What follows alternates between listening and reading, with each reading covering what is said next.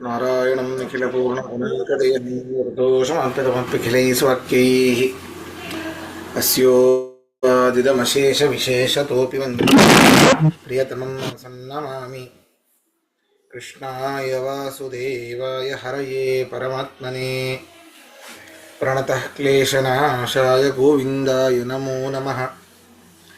ಅಭ್ರಮಂ ಭಂಗರಹಿತಂ ಅಜಡಂ ವಿಮಲಂ ಸದಾ ನಮಸ್ಕಾರ ಆಚಾರ್ಯ. ಆನಂದತೀರ್ಥಮತುಲ್ಯಭಯಾಪಹಂ ಪೃಥ್ವೀಮಂಡಲಮಧ್ಯಸ್ಥಾಃ ಪೂರ್ಣಬೋಧಮತಾನುಗಾಃ ವೈಷ್ಣವಾಃ ವಿಷ್ಣುಹೃದಯಾಃ ತಾನ್ ನಮಸ್ತೆ ಗುರುನ್ ಮಮ. ತಪಸ್ವಾಧ್ಯಾಯ ಶುಶ್ರೂಷಾ ಕೃಷ್ಣಪೂಜಾರತಂ ಮುನಿಂ ವಿಶ್ವೇಶಂ ಇಷ್ಟದಂ ವಂದೇ ಪರಿವ್ರಾಟ್ ಚಕ್ರವರ್ತಿನಂ. ಶ್ರೀ ಗುರುಭ್ಯೋ ನಮಃ. ಹರಿ ಓಂ. 17ನೇ ಅಧ್ಯಾಯದ 23ನೇ ಶ್ಲೋಕ ಆಗಬೇಕಿದೆ. ಇಲ್ಲ 22 ಅರ್ಥ ಆಗಿದೆ ಅಲ್ಲ? ಆಗಿದೆ ಆಚಾರ್ಯ. ಸರಿ ಸರಿ.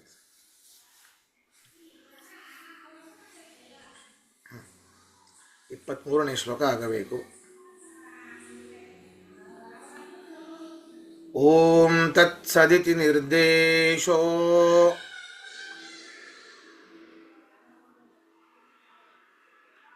ಬ್ರಹ್ಮಣಸ್ತ್ರಿವಿಧ ಸ್ಮೃತಃ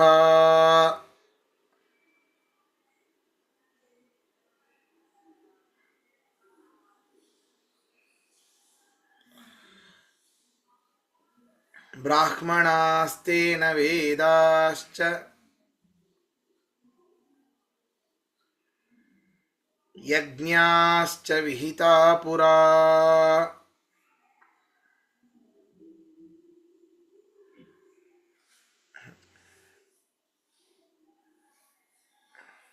ಈ ಮುಖ್ಯ ಸಾತ್ವಿಕ ಯಜ್ಞ ಯಾವುದು ಅಂದರೆ 3 ರೀತಿಯಾದ ಸಾತ್ವಿಕ, ರಾಜಸ, ತಾಮಸ.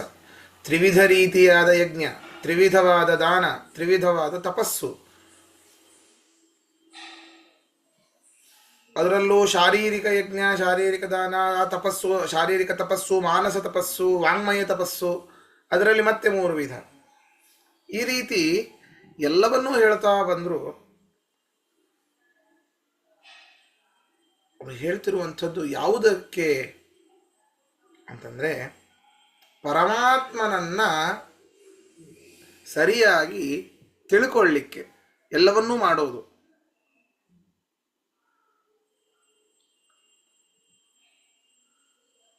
ಇಲ್ಲಿ ಹೇಳ್ತಾ ಇದ್ದಾರೆ, ಓಂ ತತ್ ಸತ್ ಇತಿ ನಿರ್ದೇಶ. ಪರಮಾತ್ಮನನ್ನ 3 ನಾಮಗಳಿಂದ ತಿಳಿಬೇಕಂತೆ. ಸ್ಮೃತಿಯಲ್ಲಿ ಹೇಳಿದ್ದಾರೆ ಓಂ ತತ್ ಸತ್ ಅಂತ. ನಿರ್ದೇಶ, ಅವನನ್ನ ಈ ರೀತಿ 3 ಹೆಸರುಗಳಿಂದ ಕರೆಯಲ್ಪಟ್ಟಿದ್ದಾರಂತೆ. ಬ್ರಹ್ಮ ತ್ರಿವಿಧ ಸ್ಮೃತಃ, ಆ ಪರಮಾತ್ಮನ 3 ವಿಧವಾದ ಹೆಸರಿವು. ಆ ಪರಮಾತ್ಮನನ್ನ ಹೇಗೆ ತಿಳಿಯೋದು ಅಂತಂದರೆ, ವೇದ ಯಜ್ಞಗಳನ್ನು ಅಥವಾ ವೇದದ ಅಧ್ಯಯನದಿಂದಾಗಿ, ಅಧ್ಯಾಪನದಿಂದಾಗಿ, ಯಜನ ಯಾಜನ ಹೋಮವನ್ನು ಮಾಡೋದು, ಪರಮಾತ್ಮನಲ್ಲಿ ಆ ಅಗ್ನಿಯಲ್ಲಿ ಪರಮಾತ್ಮನನ್ನು ತಿಳಿಯೋದು. ಅಗ್ನಿ ಮುಖೇನ ತಿಳಿಬೇಕು ಅಂದ್ರೆ ಯಾರಾದರೂ ಗುರುಗಳು ಬೇಕಲ್ಲ, ಸುಮ್ಮನೆ ತಿಳಿಲಿಕ್ಕೆ ಸಾಧ್ಯ ಇಲ್ಲ. ಒಂದು ಸಾಮಾನ್ಯ ಜ್ಞಾನವನ್ನು ನಾವು ಪಡಿಬೇಕಂತಂದ್ರೂ ಗುರು ಬೇಕು. ಲೌಕಿಕವಾದ ವಿಷಯಕ ಜ್ಞಾನ, ಲೌಕಿಕ ವಿಷಯಕ ಜ್ಞಾನ, ಅಲೌಕಿಕವಾದ ಸತ್ಪುರುಷನಾದ ಸರ್ವೋತ್ತಮನಾದ ಪರಮಾತ್ಮನ ಜ್ಞಾನ ವೇದ ಮುಖದಿಂದ ಬರಲಿ, ವೇದ ಮುಖೇನ ಬರಲಿ, ಯಜ್ಞದಿಂದ ಬರಲಿ, ಅದು ಬರಬೇಕಲ್ಲ. ಅದರ ಜ್ಞಾನ ನಮಗೆ ಆಗಬೇಕಲ್ಲ. ಅದಕ್ಕೋಸ್ಕರವಾಗಿ ಬ್ರಾಹ್ಮಣರನ್ನು ಸೃಷ್ಟಿ ಮಾಡಿದ ಪರಮಾತ್ಮ. ಬ್ರಾಹ್ಮಣರ ಕರ್ತವ್ಯವೇ ಅದು ಅಧ್ಯಯನ, ಅಧ್ಯಾಪನ, ಯಜನ, ಯಾಜನ, ಅದರ ಬಗ್ಗೆ. ಆದ್ದರಿಂದ ಬ್ರಾಹ್ಮಣರನ್ನ ಸೃಷ್ಟಿ ಮಾಡಿದ. ಇಲ್ಲಿ ಓಂ ಅಂತ ಹೇಳ್ತಾ ಇದ್ದಾರೆ. ಓಂ ಶಬ್ದದಿಂದಾಗಿ ಪರಮಾತ್ಮ ಹೇಗೆ ವಾಚ್ಯ? ಓತಂ ಪ್ರೋತಃ ಓಂ ಅಂತ ಅರ್ಥ. ಓಂ ಅಂತಂದ್ರೆ ಓತಪ್ರೋತನಾಗಿದ್ದಾನೆ. ಏನಿದು ಓತ ಅಂದ್ರೇನು, ಪ್ರೋತ ಅಂದ್ರೇನು? ಓತ ಅಂತಂದ್ರೆ ಈ ಜಗತ್ತು ಪರಮಾತ್ಮನಲ್ಲಿ ಪ್ರವಿಷ್ಟವಾಗಿದೆ, ಅರ್ಥಾತ್ ಈ ಜಗತ್ತು ಪರಮಾತ್ಮನನ್ನ ಆಶ್ರಯಿಸಿದೆ, ಆದ್ದರಿಂದಾಗಿ ಅವನು ಓತ. ಪ್ರೋತ ಅಂದ್ರೆ ಪರಮಾತ್ಮನು ಈ ಜಗತ್ತಿನಲ್ಲಿ ಪ್ರವೇಶಿಸಿದ್ದಾನೆ, ಆದ್ದರಿಂದಾಗಿ ಪರಮಾತ್ಮನಿಗೆ ಓಂ ಅಂತ ಕರಿತೇವೆ. ಒಂದು ತತ್ ಬೇಕು, ಓಂ ಶಬ್ದದಿಂದ ವಾಚ್ಯನಾದ ಪರಮಾತ್ಮ. ತತ್ ಅಂತಂದ್ರೆ ವ್ಯಾಪ್ತ ಅಂತ ಅರ್ಥ. ಯಾವುದರಿಂದ ವ್ಯಾಪ್ತ? ಗುಣಗಳಿಂದ ಪರಮಾತ್ಮನು ವ್ಯಾಪ್ತನಾಗಿದ್ದಾನೆ. ಅನೇಕ ಗುಣಗಳಿವೆ ತತ್ ಶಬ್ದದಿಂದಾಗಿ. ತತ್ ಅಂತಂದ್ರೆ ವ್ಯಾಪ್ತ, ಗುಣಗಳಿಂದ ವ್ಯಾಪ್ತನಾಗಿದ್ದ, ಅನೇಕ ಗುಣಗಳಿಂದ ಪರಮಾತ್ಮ ವ್ಯಾಪ್ತನಾಗಿದ್ದಾನೆ, ಆದ್ದರಿಂದ ತತ್ ಶಬ್ದ ವಾಚ್ಯನಾಗಿದ್ದಾನೆ. ಅಥವಾ ತತ್ ಅಂತಂದ್ರೆ ಅದು ಪರೋಕ್ಷವಾದದ್ದನ್ನ ಹೇಳುವಂಥದ್ದು. ಪರಮಾತ್ಮ ಅಪರೋಕ್ಷ ಅಲ್ಲ, ನಮ್ಮ ಈ ಪಾಂಚಭೌತಿಕ ಇಂದ್ರಿಯಗಳಿಂದ ತಿಳಿಯಲ್ಪಡುವವನಲ್ಲ, ಜ್ಞಾನೇಂದ್ರಿಯಗಳಿಂದ ತಿಳಿಯಲ್ಪಡುವವನಲ್ಲ ಅವನು. ಹಾಗಾದ್ರೆ ಅವರನ್ನ ಪರೋಕ್ಷನಾದ ಪರಮಾತ್ಮನನ್ನ ಅಪರೋಕ್ಷ ಮಾಡಿಕೊಳ್ಳೋದು ಹೇಗೆ ಅಂತಂದ್ರೆ ವೇದಗಳಿಂದ ಮಾತ್ರ ಸಾಧ್ಯ. ಹೀಗೆ ಅವನು ನಮ್ಮ ಇಂದ್ರಿಯಗಳಿಗೆ ಪರೋಕ್ಷನಾಗಿದ್ದಾನೆ, ಆದ್ದರಿಂದ ಅವನು ತತ್ ಶಬ್ದ ವಾಚ್ಯ. ಸತ್ ಅವನು ಗುಣಗಳಿಂದ ಪರಿಪೂರ್ಣ. ಈ ಕಾಮಕ್ರೋಧ ಲೋಭ ಮೋಹ ಮದ ಮಾತ್ಸರ್ಯಗಳು ಕೂಡ ಗುಣಗಳೇ, ಅದು ಸದ್ಗುಣಗಳಲ್ಲ. ಪರಮಾತ್ಮ ಸದ್ಗುಣಗಳಿಂದ ಪರಿಪೂರ್ಣ, ಆದ್ದರಿಂದಾಗಿ ಸತ್ ಶಬ್ದ ವಾಚ್ಯ. ಓತ ಓಂ ತತ್ ಸತ್. ಆದ್ದರಿಂದ ಈ ವಿಶೇಷವಾದ 3 ಶಬ್ದಗಳಿಂದಾಗಿ ಪರಮಾತ್ಮನನ್ನ ವೇದಗಳಲ್ಲಿ ವ್ಯವಹಾರ ಮಾಡ್ತಾರೆ. ಅದರಿಂದಾಗಿ ಹೇಳ್ತಾರೆ, ಸೃಷ್ಟಿಕಾಲದಲ್ಲಿ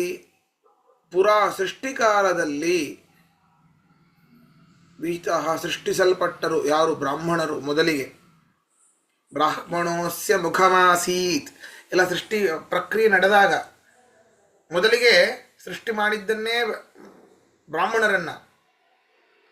ಮಾಡಿದ್ದೇ ಬ್ರಾಹ್ಮಣರನ್ನ. ಅವರು ಮುಖ್ಯ. ಅವರು ನನ್ನನ್ನ ತಿಳಿಸಿಕೊಳ್ಳಿಕ್ಕೆ ಅವರೇ ಸಮರ್ಥರು, ವೇದ ಮುಖೇನ ಯಜ್ಞ ಮುಖೇನ. ಆದ್ದರಿಂದ ಪರಮಾತ್ಮ ಅವರನ್ನ ಸೃಷ್ಟಿ ಮಾಡಿದ. ಯಾವುದು ಲಿಂಕ್ ಗೊತ್ತಾಯ್ತಲ್ಲ? ಯಜ್ಞ ತಪಸ್ಸು ಅವೆಲ್ಲ ಯಾವಕ್ಕೆ ಕಾರಣ? ಪರಮಾತ್ಮನ ಒಂದು ದರ್ಶನ ಆಗಬೇಕ್ರಿ. ಇದರಿಂದ ಪರಮಾತ್ಮ ಏನೋ ಒಲಿಯೋದೇ ಇಲ್ಲ ಅಂತ ಹೇಳ್ಬಿಟ್ಟಿದ್ರೆ ಯಾಕೆ ಮಾಡ್ತಾ ಇದ್ವಿ? ಎಲ್ಲ ವ್ಯರ್ಥ ಅಂತ ಆಗ್ತಾ ಇತ್ತು. ಆದ್ದರಿಂದ ನಾವು ದಾನದಿಂದ, ತಪಸ್ಸಿನಿಂದ, ಯಜ್ಞದಿಂದ ಪರಮಾತ್ಮನ ತಿಳಿಬೇಕು. ಆ ಪರಮಾತ್ಮನನ್ನು ಏನನ್ನ ಕರೀತಾರೆ? ಓಂ ತತ್ ಸತ್ ಅಂತ ಕರೀತಾರೆ ಸ್ಮೃತಿಯಲ್ಲಿ. ಈ ರೀತಿ 3 ರೀತಿಯ ಕರೀತಾರೆ. ಅಂತಹ ಪರೋಕ್ಷನಾದ ಪರಮಾತ್ಮನನ್ನ ತಿಳಿಲಿಕ್ಕೆ ಹೇಗೆ ಸಾಧ್ಯ? ವೇದಗಳಿಂದ ಮಾತ್ರ ಸಾಧ್ಯ. ವೇದದಿಂದ ತಿಳಿದ ಪರಮಾತ್ಮನನ್ನ ಯಜ್ಞ ಮುಖೇನ ಇನ್ನೂ ವಿಶೇಷವಾಗಿ ತಿಳಿಯೋದು, ಅನೇಕ ರೂಪಗಳನ್ನ ಯಜ್ಞದಲ್ಲಿ ಚಿಂತನೆ ಮಾಡೋದು. ಅದನ್ನು ತಿಳಿಬೇಕು ಅಂದರೆ ನಮಗೊಬ್ಬರಿಗೆ ಆಗೋದಿಲ್ಲ, ಬ್ರಾಹ್ಮಣರು ಬೇಕು. ಅದರಿಂದಾಗಿ ಬ್ರಾಹ್ಮಣರನ್ನ ಮುಂಚೆ ಸೃಷ್ಟಿ ಮಾಡಿದ ಅಂತ ಅರ್ಥ ಬರ್ಕೊಳ್ಳಿ.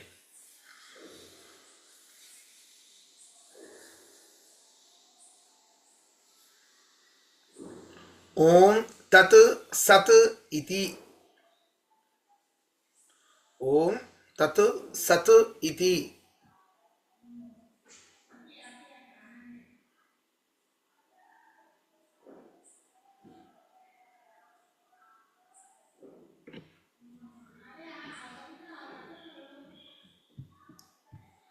ಓಂ ತತ್ ಸತ್ ಎಂದು 3 ನಾಮಗಳಿಂದ, ಓಂ ತತ್ ಸತ್ ಎಂದು ಸಾಕು. ಓಂ ತತ್ ಸತ್ ಎಂದು ನಿರ್ದೇಶ 3 ನಾಮಗಳಿಂದ, ತ್ರಿವಿಧ ನಿರ್ದೇಶ ಅಂತ ಬರ್ಕೊಳ್ಳಿ. ತ್ರಿವಿಧ ನಿರ್ದೇಶ 3 ನಾಮಗಳಿಂದ3 ನಾಮಗಳಿಂದ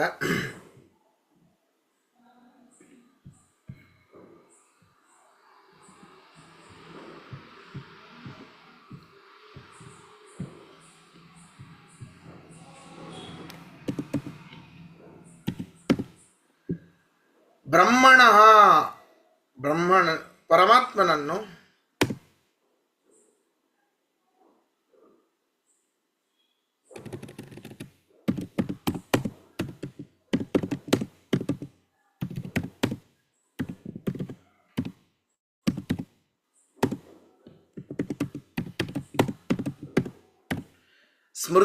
ಸ್ಮೃತಿಗಳಲ್ಲಿ ಹೇಳಲ್ಪಟ್ಟಿದೆ.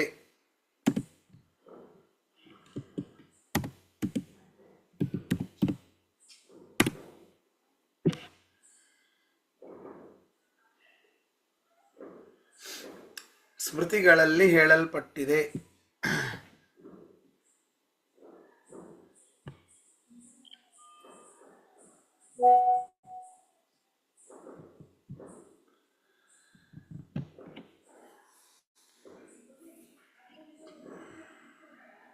ತೇನ, ಒಂದೇ ನಿಮಿಷ.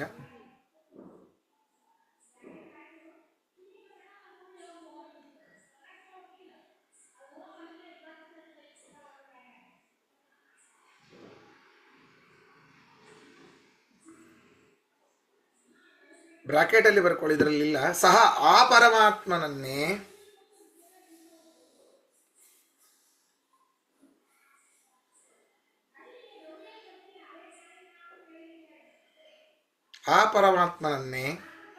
ವೇದಾಶ್ಚ ಯಜ್ಞಾಶ್ಚ, ವೇದ ಹಾಗೂ ಯಜ್ಞಗಳನ್ನು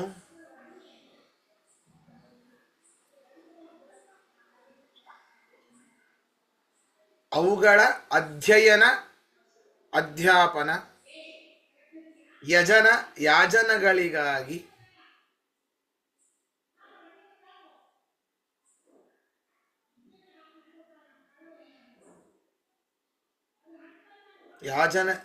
ಅವುಗಳ ಅಧ್ಯಯನ, ಅಧ್ಯಾಪನ, ಯಾಜನಗಳಿಗಾಗಿ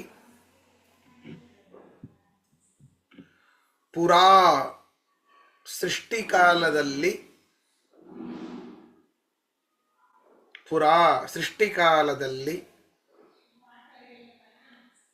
ತೇನ ಆ ಪರಮಾತ್ಮನಿಂದ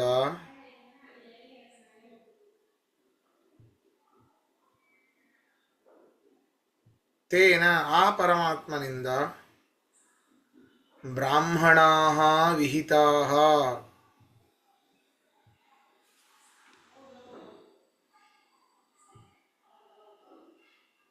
ಬ್ರಾಹ್ಮಣರನ್ನು ಸೃಷ್ಟಿ ಮಾಡಲ್ಪಟ್ಟಿತು.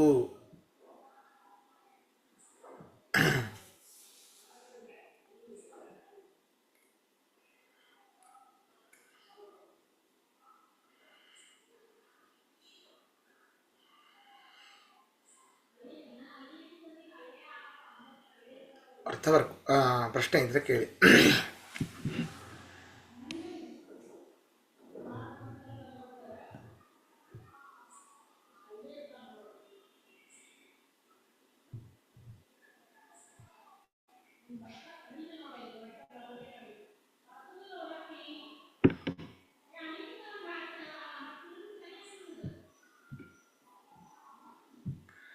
ಸರಿ, ಮುಂದೆ ಹೋಗೋಣ.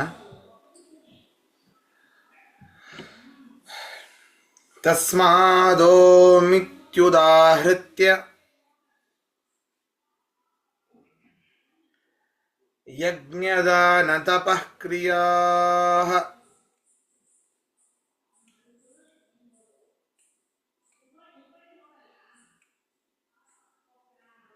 ಪ್ರವರ್ತಂತೆ ವಿಧಾನೋಕ್ತಾಃ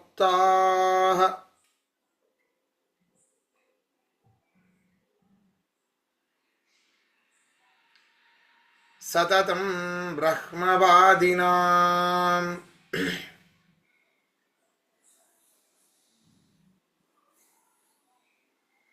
ಓಂ ಅಂತಂದ್ರೆ ಪರಮಾತ್ಮನ ನಾಮ. ಅದು ಒಂದು ಮಾತಿದೆ ಸುಧಾದಲ್ಲಿ ಬರುವಂಥದ್ದು, ಸರ್ವತ್ಯನೌಕೃತಂ ಬ್ರಹ್ಮ ಪರಸ್ತಾಚ್ಚ ವಿಶೀರ್ಯತೆ. ಓಂಕಾರವನ್ನ ಹೇಳದೇನೆ, ವೇದದ ಆರಂಭದಲ್ಲಿ ಓಂಕಾರವನ್ನ ಹೇಳದೇನೆ ವೇದವನ್ನ ಹೇಳಿದರೆ ನಮ್ಮ ಪುಣ್ಯ ಸೋರಿ ಹೋಗುತ್ತೆ. ಕೊನೆಗೂ ಓಂಕಾರವನ್ನು ಹೇಳಬೇಕು. ಹರಿ ಓಂ ಲಾಸ್ಟಿಗೂ ಹೇಳಬೇಕು, ಮೊದಲಿಗೂ ಹೇಳಬೇಕು. ಅಷ್ಟು ಅದ್ಭುತವಾದದ್ದು ಓಂಕಾರ.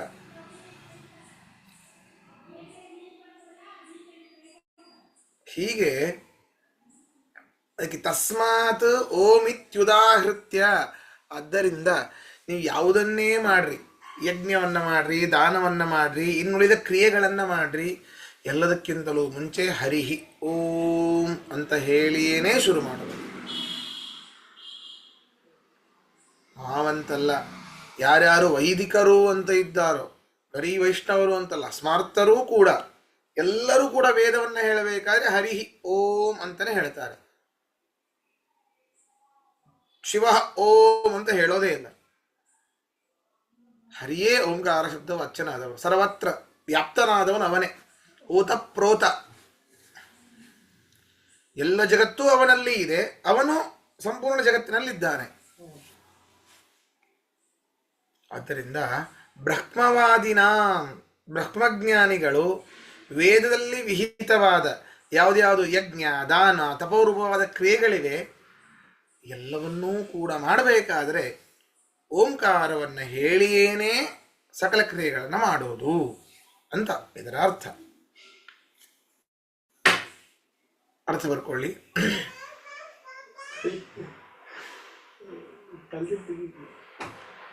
ತಸ್ಮಾತ್ ಆದ್ದರಿಂದ, ಓಂ ಇತಿ ಉದಾಹೃತ್ಯ. ತಸ್ಮಾತ್ ಆದ್ದರಿಂದ ಏನು? ಭಗವಂತನ ನಾಮವಾದ್ದರಿಂದ. ತಸ್ಮಾತ್ ಓಂಕಾರವು ಭಗವಂತನ ನಾಮವಾದ್ದರಿಂದ ಅಂತ ಬರ್ಕೊಳ್ಳಿ.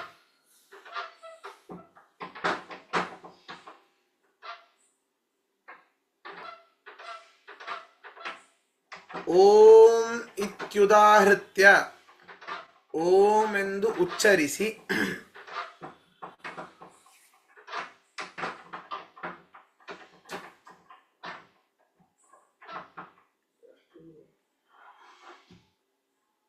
ಬ್ರಹ್ಮವಾದಿನ ಬ್ರಹ್ಮಜ್ಞಾನಿಗಳ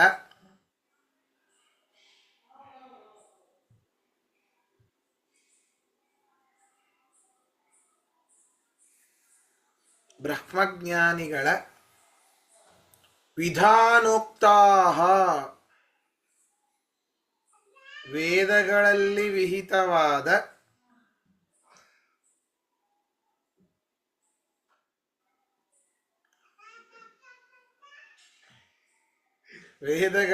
ವಿಹಿತವಾದ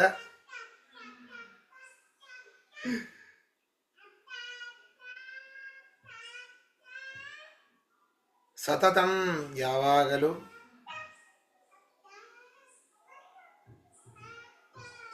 ಯಜ್ಞದಾನ ತಪಃ ಕ್ರಿಯಾಃ, ಯಜ್ಞದಾನ ತಪಃ ಕ್ರಿಯಾಃ,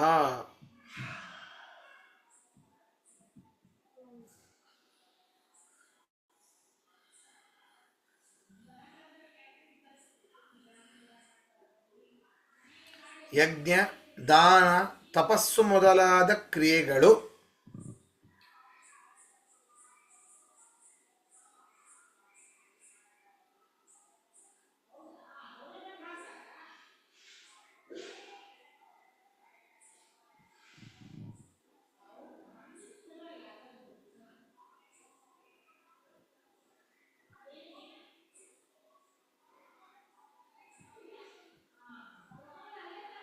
ಪ್ರವರ್ತಂತೆ ನಡೆಯುತ್ತವೆ. ಪ್ರವರ್ತಂತೆ ನಡೆಯುತ್ತವೆ.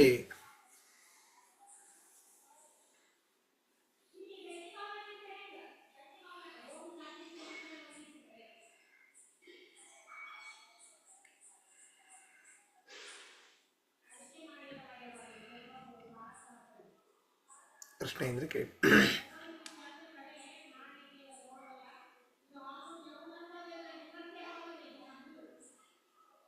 ಪ್ರಶ್ನೆ ಇಲ್ಲ ಆಚಾರ್ಯ. ಹ್ಮ್ ವಿಧಾನೋಕ್ತಾ ಪ್ರವರ್ತಂತೆ ಇರ್ಬೇಕಲ್ಲ, ವಿಧಾನ ಪ್ರಕಾರ ನಡೆಯುತ್ತದೆ. ಅದು ಬಿಟ್ಟು ವಿಧಾನೋಕ್ತಾ ಸತತಂ ಯಜ್ಞದಾನ ತಪಕ್ರಿಯಾ ಪ್ರವರ್ತಂತೆ. ಹೇಳಿದ್ದೆ ಸರಿ.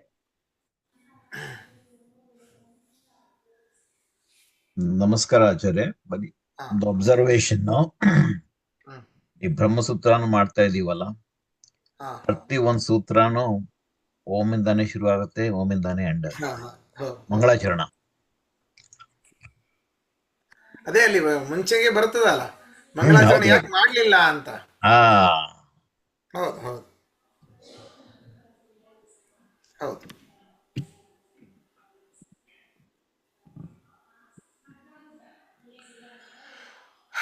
ಸರಿ, ಮುಂದೆ ಹೋಗೋಣ.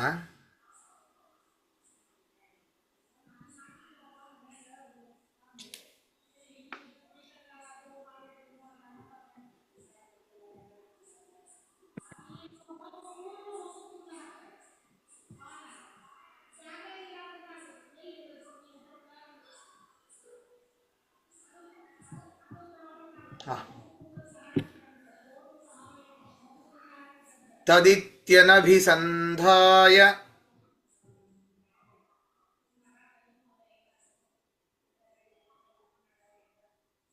ಫಲಂ ಯಜ್ಞತಪಃ ಕ್ರಿಯಾಃ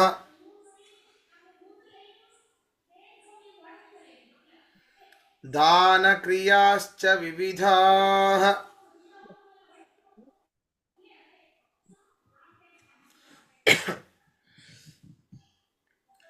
ಕ್ರಿಯಂತೆ ಮೋಕ್ಷಕಾಂಕ್ಷಿಭಿಃ.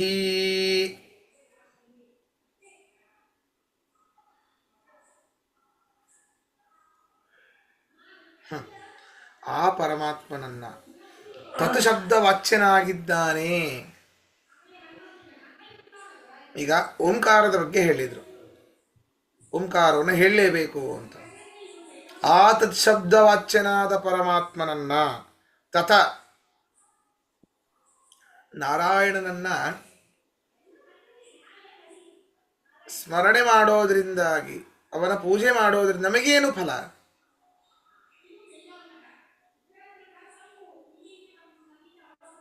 ಅಂತಂದರೆ, ಕೇಳಿದ್ದನ್ನು ಕೊಡುವಂಥವನವನು.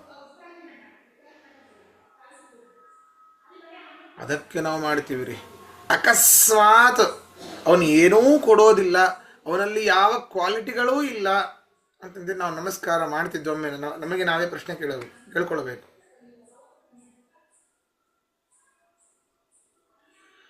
ಸುಧಾದಲ್ಲಿ ಹೇಳ್ತಾರೆ ಅದ್ಭುತವಾಗಿ, ನಹಿ ವಂದನಂ ವ್ಯಸನಿತೆಯಾ ಕ್ರಿಯತೆ. ನಮಸ್ಕಾರ ಮಾಡೋದು ಅದೊಂದು ಚಟ ಅಲ್ಲ ನೋಡ್ರಿ, ಟೀಕಾಪಾದರು ಹೇಳೋದು. ನಹಿ ವಂದನಂ ವ್ಯಸನಿತೆಯಾ ಕ್ರಿಯತೆ, ಚಟ ಅಲ್ಲ. ಚಟ ಅಂದ್ರೆ ಏನು? ಅದಕ್ಕೊಂದು ಡೆಫಿನೇಷನ್ ಇದೆ. ಚಟ, ವ್ಯಸನ ಅಂದ್ರೆ ಯದ ಕರಣೆ ಚಿತ್ತ ವಿಕ್ಷೋಭ ತದ್ ವ್ಯಸನಂ. ಯಾವುದನ್ನ ಮಾಡದೇ ಇದ್ರೆ ನಮ್ಮ ಮನಸ್ಸು ಒಂದು ಕಡೆ ಕೂಡೋದೇ ಇಲ್ವೋ, ಅದು ಬೇಕು ಬೇಕು ಬೇಕು ಬೇಕು ಬೇಕು ಅಂತ ಆ ಕಡೆ ಈ ಕಡೆ ಮನಸ್ಸು ಹೋಗುತ್ತೋ, ಅದು ಚಟ.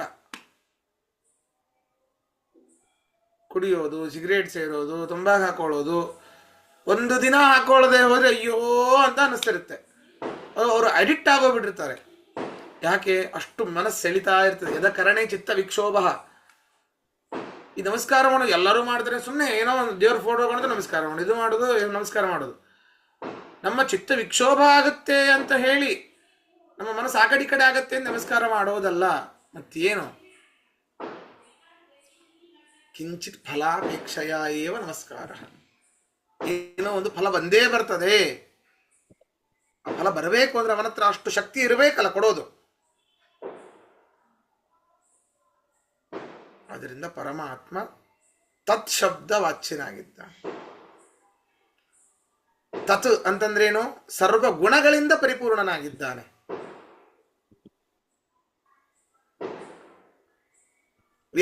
ತತ್ ವ್ಯಾಪ್ತ ಯಾವುದರಿಂದ? ಸದ್ಗುಣಗಳಿಂದ ವ್ಯಾಪ್ತ. ಆದ್ರಿಂದ ಸತ್ ಅಂತಲೂ ಕರೀತಾರೆ ಅವನಿಗೆ ಮುಂದೆ. ಅದು ಬಿಡಿ, ಈಗ ತತ್ ಗುಣಗಳಿಂದ ವ್ಯಾಪ್ತನಾಗಿದ್ದಾನೆ ಪರಮಾತ್ಮ. ಅವನ ಹತ್ರ ಒಳ್ಳೆಯ ಗುಣ ಇರೋದ್ರಿಂದ ನಾವು ಅವನಿಗೆ ಎಲ್ಲ ನಮಸ್ಕಾರ ಮಾಡೋದು ಅವಶ್ಯ ಮಾಡಲೇಬೇಕು. ಲೋಕದಲ್ಲೂ ಅಷ್ಟೇ, ಒಳ್ಳೆಯ ಕ್ವಾಲಿಟಿ ಯೋಗ್ಯತೆ ಯಾರ ಹತ್ರ ಇರ್ತೋ ಅವರಿಗೆ ನಾವು ಹೋಳ್ತೇವೆ. ನಮಗೆ ನಮ್ಮ ಜೀವನವೇ ಉದ್ಧಾರ ಆಗತ್ತೆ ಪರಮಾತ್ಮ ನಮಸ್ಕಾರ ಮಾಡೋದು.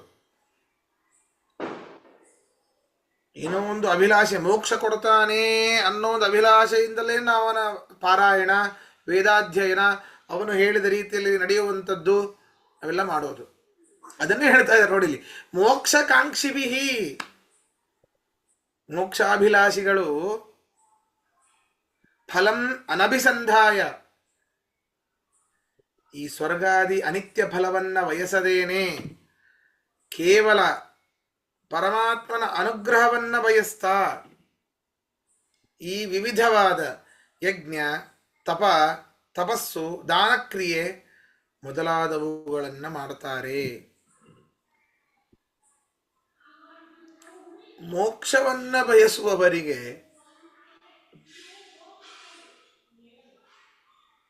ಸ್ವರ್ಗ ಯಾಕೆ ಬೇಕು? MBBS ಓದಬೇಕು ಅಂತ ಹೊರಟವನಿಗೆ ಲಾ ಬೇಕಾ? ಬೇಕಾಗಿಲ್ಲ. ಹೋಗೋ ತಗೊಂಡು ಹೋಗು ಅಂತ ಹೇಳ್ತಾನೆ ಅವನದನ್ನು. ಅವನಿಗೆ ಇಂಟ್ರೆಸ್ಟೇ ಇಲ್ಲ ಅದರಲ್ಲಿ. ಹಾಗೆ ಮೋಕ್ಷವನ್ನು ಬಯಸುವಂತಹ ಮುಮುಕ್ಷುಗಳಿಗೆ ಸ್ವರ್ಗವನ್ನು ಬಯಸೋದಿಲ್ಲ, ಅವರು ಅನಿತ್ಯ ಫಲವನ್ನು ಬಯಸೋದಿಲ್ಲ. ಮೋಕ್ಷವನ್ನು ಬಯಸ್ತಾರೆ. ಅದಕ್ಕೆ ಮುಖ್ಯ ಕಾರಣವಾದ ಪರಮಾತ್ಮನ ಅನುಗ್ರಹ, ಅದನ್ನು ಬಯಸ್ತಾರೆ.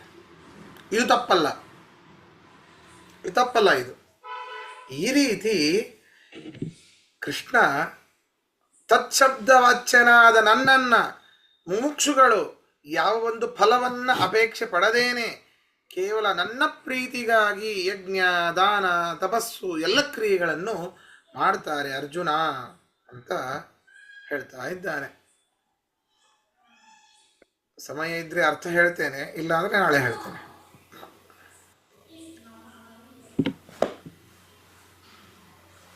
ಇದೇ 4 ನಿಮಿಷ ಇದೆ.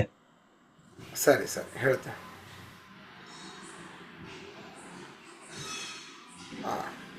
ಮೋಕ್ಷಕಾಂಕ್ಷಿಭಿಹಿ, ಮೋಕ್ಷಾಭಿಲಾಷಿಗಳು, ಮೋಕ್ಷಕಾಂಕ್ಷಿಭಿಹಿ, ಮೋಕ್ಷಾಭಿಲಾಷಿಗಳು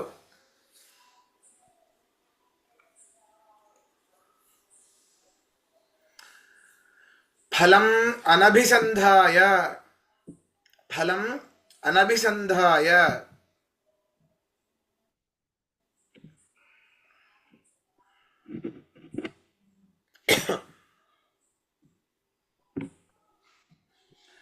ಸ್ವರ್ಗಾದಿ ಅನಿತ್ಯ ಫಲವನ್ನು ಬಯಸದೆ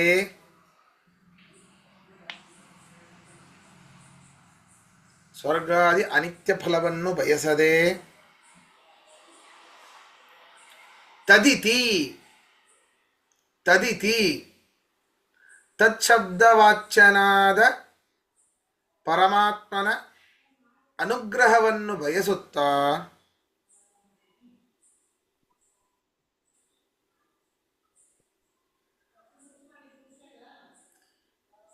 ತತ್ಶಬ್ದವಾಚ್ಯನಾದ ಪರಮಾತ್ಮನ ಅನುಗ್ರಹವನ್ನು ಬಯಸುತ್ತಾ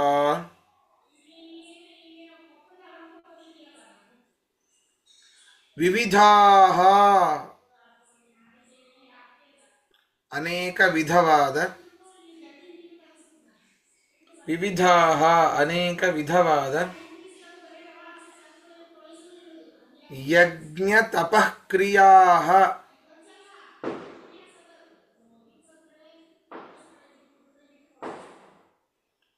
ದಾನಕ್ರಿಯಾಶ್ಚ, ಎರಡು ಒಟ್ಟಿಗೆ ಬರ್ಕೊಂಡ್ಬಿಡ್ರಿ. ಯಜ್ಞ ತಪಃಕ್ರಿಯಾಃ ದಾನಕ್ರಿಯಾಶ್ಚ,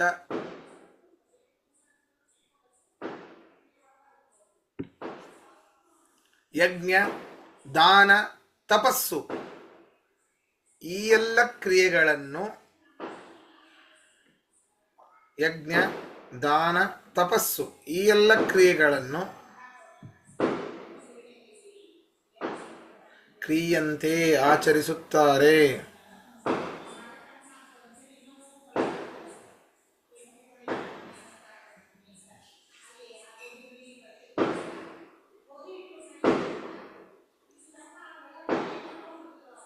ಪ್ರಶ್ನೆ ಇದ್ರೆ ಕೇಳಿ.